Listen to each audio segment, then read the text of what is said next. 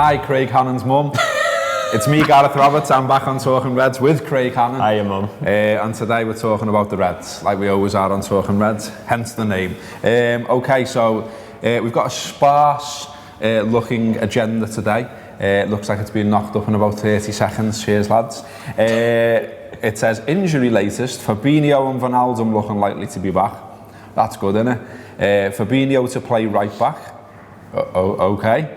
Fabinho's been praising his mate Bobby, says he can play as an 8, 9 or 10. 8? Really?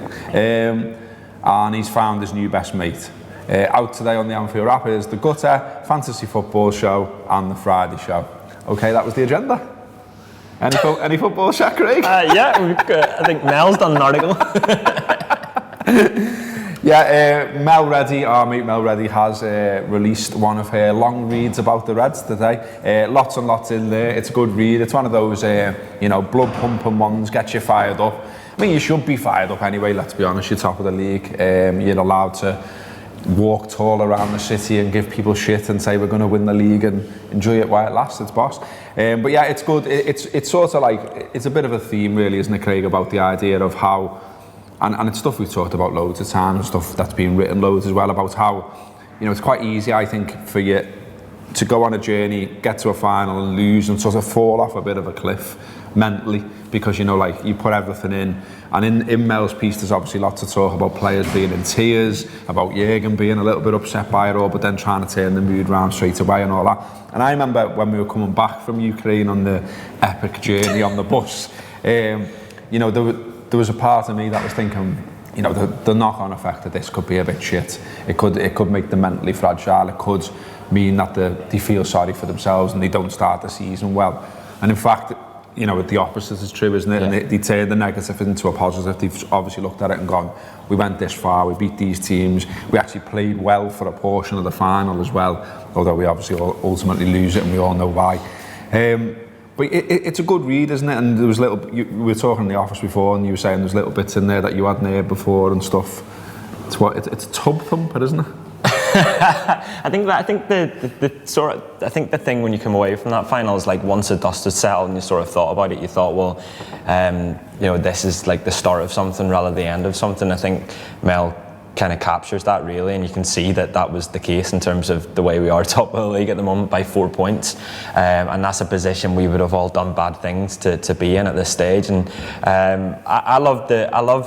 we often hear about Jurgen Klopp's human side and about how he treats players as humans, and you sort of, that shines through really in the beginning of the article when he's talking about like Chamberlain in tears and about Loris Karius and how it was going to come down on him as being his fault instead of it being Klopp as the manager, and that was the bit that sort of got to him most. That was the bit that disappointed him most, was that how these players have been made to feel and how the fans have been made to feel, having travelled all that way, how Mo Salah had come out with an injury. It was thinking about everyone but himself, and his first thought was, right, how do we change this? How do we turn it into a positive? And I think the line that Mel uses is that Liverpool aren't just going to be back playing next year, they're going to be flying, which we've seen already. And I think the last one Mel had written, it was the inside story of how Klopp willed the worst to lead Liverpool into the Champions League final. That was the one that was released just before the final.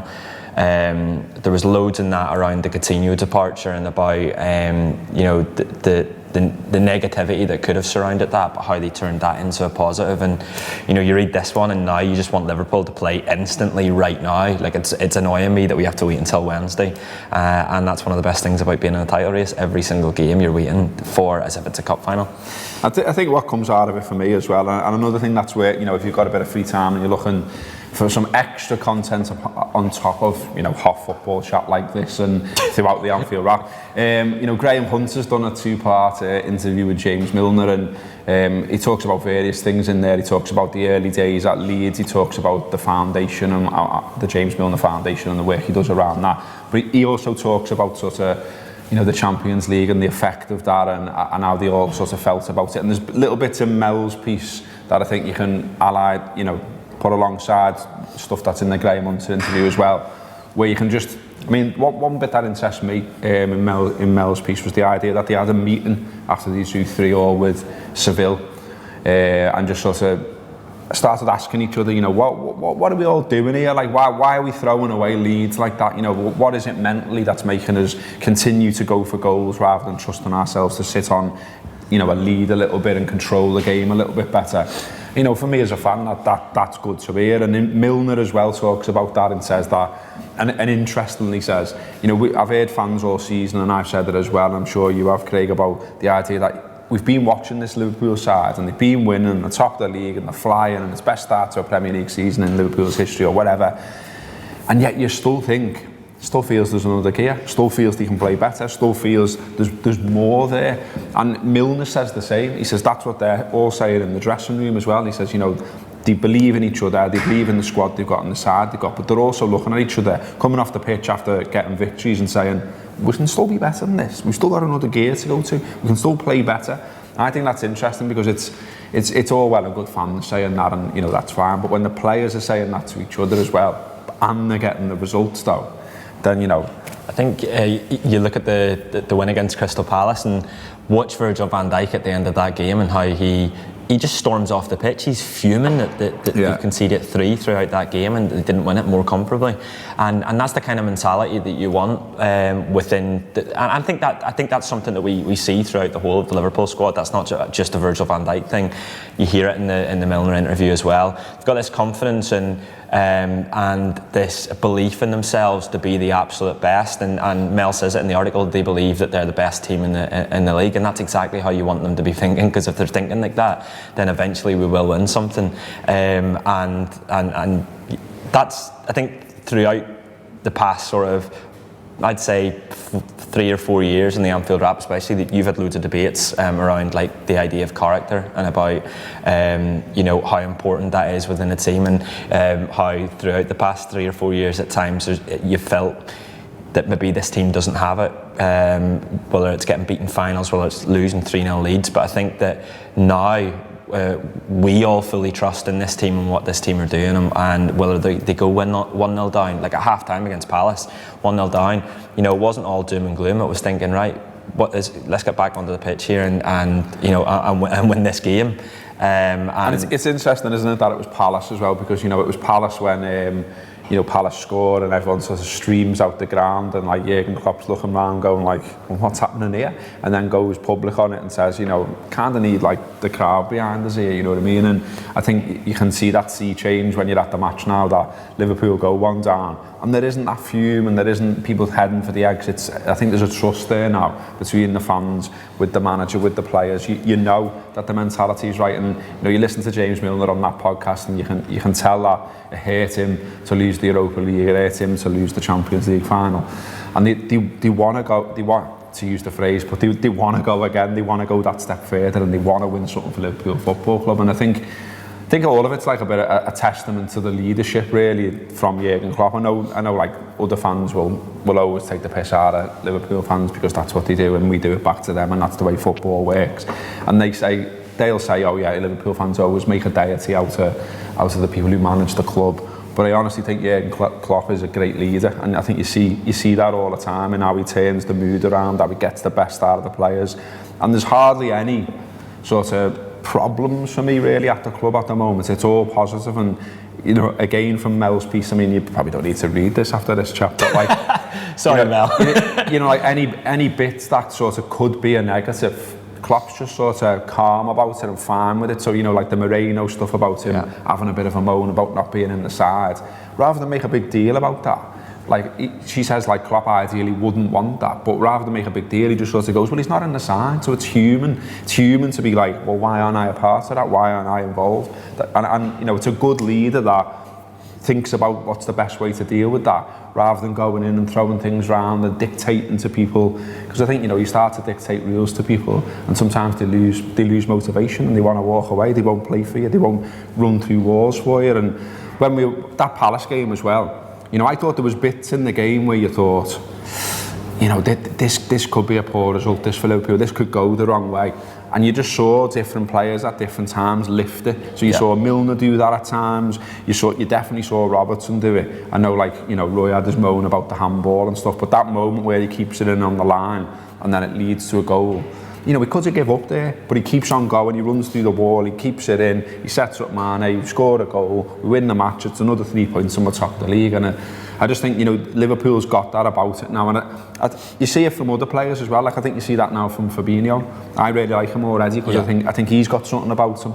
And again, that's another one where it could have been a big problem because he wasn't in the side. He could have kicked up a fuss. There was reports linking him to PSG, but everyone was just chilled about it. Everyone just got on with it.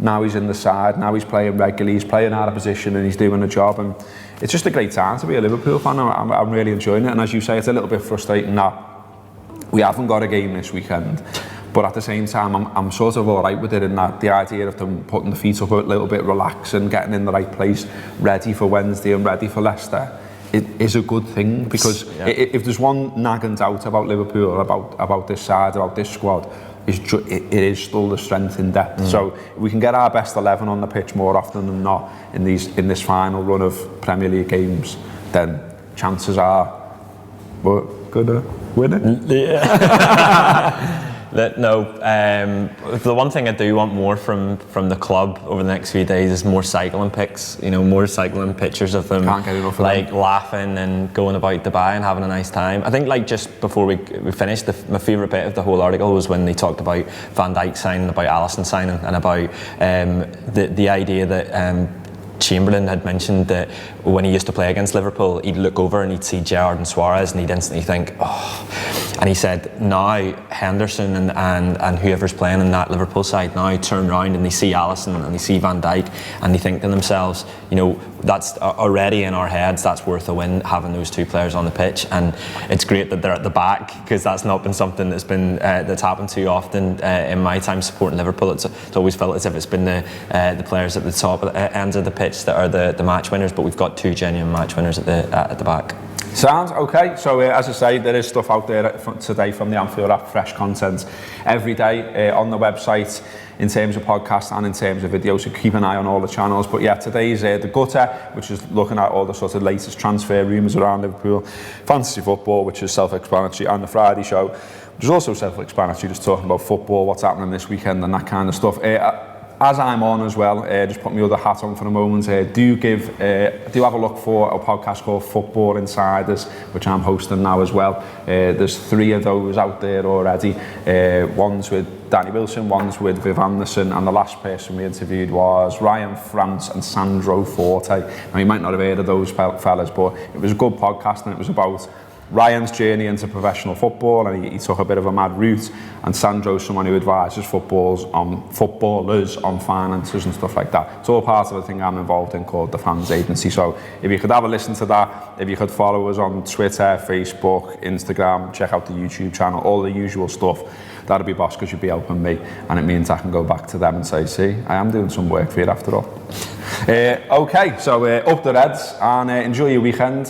You've got another Talking Reds tomorrow with, I don't know who's on it, but this is my little cameo. I can't remember either. Or this is mine and Craig's little cameo for the week. So is right, Craig's mum, up the Reds.